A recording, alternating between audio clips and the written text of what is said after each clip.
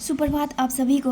आज हम BHIC 112 के कुछ इंपॉर्टेंट टॉपिक्स को लेंगे, जैसे कि चैप्टर 18 में है मुग़ल साम्राज्य का पतन।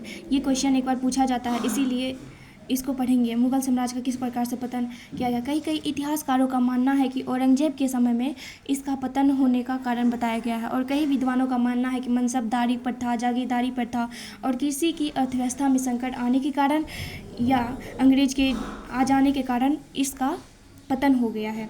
तो फिर हम लोग देखते हैं हम लोग का बुक में क्या है।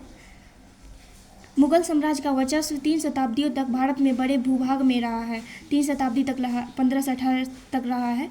उसके बाद 18वीं शताब्दी के अंत में इनकी शक्ति और प्रतिष्ठा में तेज़ी से गिरावट आई, क्योंकि औरंगजेब आ गया था। औरंगजेब से पहले जितना भी शासक थे वह सभी का कार्यकाल में मुग़ल साम्राज्य अधिकतम विकसित रहा है, विकासशील पर रहा है। लेकिन जैसे ही औरंगजेब आएगा, औरंगजेब अपने शासनकाल में क्या करेगा, सब कुछ को तहस नहस करना स्टार्ट कर देगा, टैक्स बढ़ा देगा और वहाँ के किसानों का शोषण किया जाने लगेगा। इस प्रकार से मुग़ल साम्राज्य का पतन हो जाएगा। अब देखते हैं, केवल साम्राज्य की राजनीतिक व्यवस्था ही कमी नहीं रही। मुग़ल साम्राज्य का पतन का वर्चस्व 3 शताब्दियों तक भारत के बड़े भूभाग में रहा है। 18वीं शताब्दी के अंत में इनकी शक्ति और प्रतिष्ठा में तेज़ी से गिरावट आई है। केवल साम्राज्य की राजनीतिक व्यवस्था ही कम नहीं हुई है, बल्कि अकबर और शाहजहां के परिश्रम पूर्वक खड़ी की गई पूरी प्रशासनिक संरचना भी चरमरा गई है। अकबर और शाहजहां ने जिस प्रकार से अनेक जगह पे मंदिर निर्माण, ये सब चीज़ का निर्माण करवाया था और बहुत सब व्यवस्था स्टार्ट किया था जिससे किसान को सुविधा हो, इन सब को भी ख़त्म कर दिया गया। मुग़ल साम्राज्य के पतन के साथ साम्राज्य के सभी भागों में स्वतंत्र राज्यों का उदय हुआ है। क्षेत्रीय शक्ति का उदय हो जाएगा मुग़ल साम्राज्य खत्म होने के बाद। मुग़ल साम्राज्य के पतन के बाद क्षेत्रीय शक्तियों के उदय के प्रक्रिया को लेकर इतिहासकारों के बीच विभिन्न मत है, अलग अलग मत है। मुग़ल साम्राज्य के पतन संबंधी ऐतिहासिक दृष्टिकोण को 2 भाग में बांटकर हम लोग अध्ययन करेंगे। पहली बात, मुग़ल साम्राज्य के पतन का कारण साम्राज्य की संरचना, जैसे कि वहाँ के राजा की संरचना की कार्य पद्धति को माना गया है। और दूसरा में क्या माना गया है, मुग़ल साम्राज्य के पतन के कारण क्षेत्रीय समस्या और साम्राज्य के विभिन्न भागों में फैली व्यवस्था को माना गया है। देखिए, पहली में साम्राज्य की संरचना कैसी थी उसके अनुसार माना गया है, दूसरे में जो क्षेत्रीय शक्ति का उदय हो रहा था वो माना गया है। विलियम इरविन और जादूनाथ सरकार, ये दोनों तो इम्पोर्टेंट है, इसे हाईलाइट कर देते हैं। विलियम इरविन और जादूनाथ सरकार ने मुग़ल साम्राज्य के पतन के कारण को औरंगजेब के काल को माना है। जादूनाथ सरकार इतिहासकार है और विलियम इरविन है। उन्होंने क्या कहा कि मुग़ल साम्राज्य का पतन जो हुआ है वो औरंगजेब के शासनकाल को माना है। इस काल के कानून और व्यवस्था का भी विश्लेषण किया गया है। औरंगजेब को प्रमुख रूप से दोषी माना गया है। किसने माना? विलियम इरविन और जादूनाथ सरकार ने। औरंगजेब एक कट्टर धार्मिक व्यक्ति था, इसीलिए। आगे देखते हैं।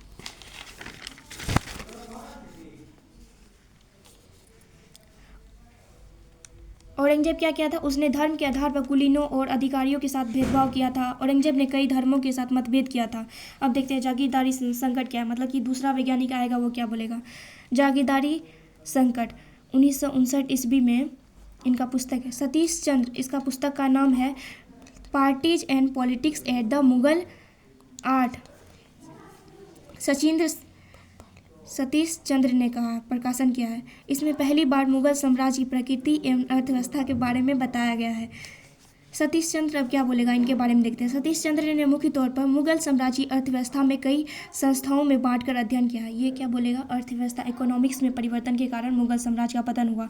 इकोनॉमिक्स में परिवर्तन का मतलब क्या हुआ, वहाँ पे कैसे व्यवस्था आई पैसे के लेन देन के कारण, जैसे कि मनसबदारी और जागीरदारी प्रथा आएगी, छानबीन किया जाएगा। मुग़ल साम्राज्य के कुलीन रूप में अधिकारी थी। मनसबदारी प्राप्तकर्ताओं को मनसबदार कहा जाता था। उन्हें भू राजस्व के माध्यम से वेतन दिया जाता था। जो मनसबदार होते थे, अकबर के टाइम पीरियड से स्टार्ट था। अन्य जिम्मेदारियां के अलावा मनसबदार को एक फौज के संरक्षण भी रखनी पड़ती थी। उनके लिए उनको पैसा भी चुकता करना पड़ता था। सैनिक के वेतन की व्यवस्था फौज की रख रखाव के माध्यम से जागीर के आमदनी से होती थी। ये सैनिक मनसबदार की ताकत के आधार पर और भू राजस्व वसूल करने में मदद करते थे। अब देखते हैं अगला साइंटिस्ट क्या अगला इतिहासकार क्या बोलेगा।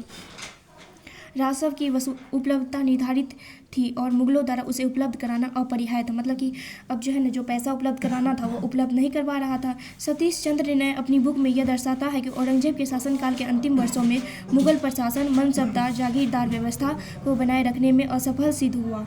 जैसे ही यह व्यवस्था व्यवस्थित होगी वैसे ही क्या हो जाएगी, साम्राज्य में पतन स्टार्ट हो जाएगी।